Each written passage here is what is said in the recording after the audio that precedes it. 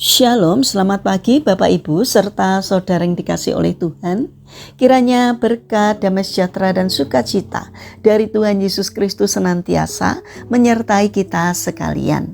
Sebelum kita mendengarkan firman Tuhan dan renungan, marilah kita berdoa. Tuhan Allah Bapa yang Maha Baik, kami sungguh bersyukur atas kebaikan dan kemurahan-Mu, karena Engkau Tuhan yang selalu melindungi, menolong dan menopang kami. Terima kasih Tuhan atas setiap kemurahan-Mu. Jika saat ini kami akan mendengarkan firman-Mu, urapilah kami dengan Roh Kudus-Mu agar kami dapat mengerti dan memahami apa yang Tuhan sampaikan kepada kami. Bimbing hati kami agar karakter kami semakin hari semakin bertumbuh menjadi lebih baik sehingga semakin berkenan di hati Tuhan. Terima kasih Tuhan, di dalam nama Tuhan Yesus Kristus kami berdoa. Amin.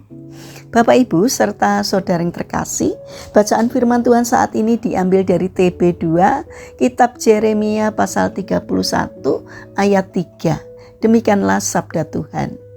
Dari jauh Tuhan menampakkan diri kepadanya. Aku mengasihi engkau dengan kasih yang kekal. Sebab itu aku melanjutkan kasih setiaku kepadamu.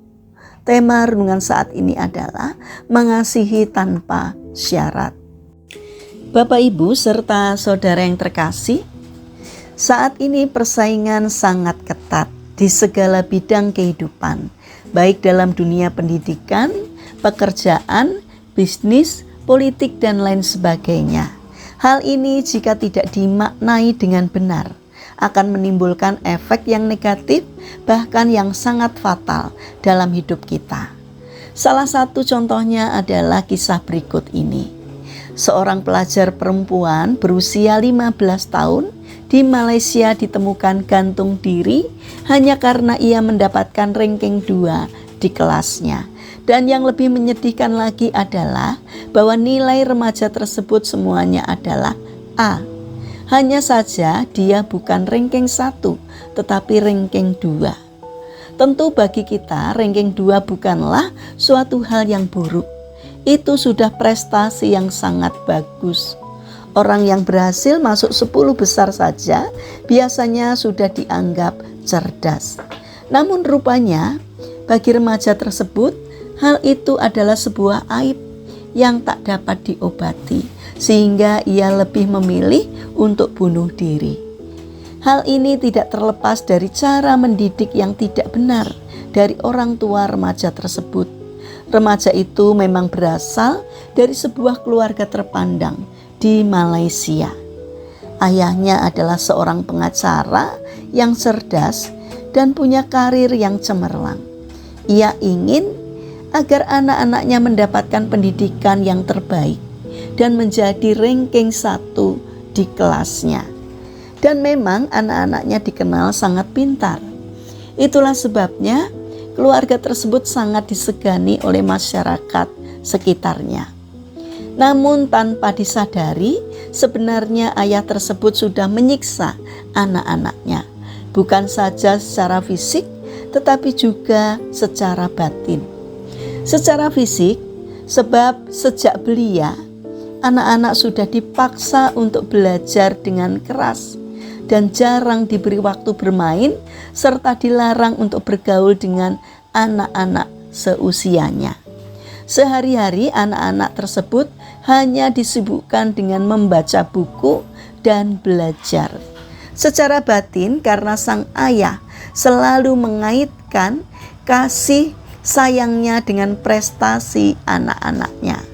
Konon remaja yang bunuh diri itu pernah bertanya kepada ayahnya, apa yang akan dilakukan ayahnya jika ia tak bisa menjadi juara 1 di kelasnya. Sang ayah menjawab bahwa jika anak gadis itu tidak mendapat ranking 1, maka ia tak lagi mengakuinya sebagai anak.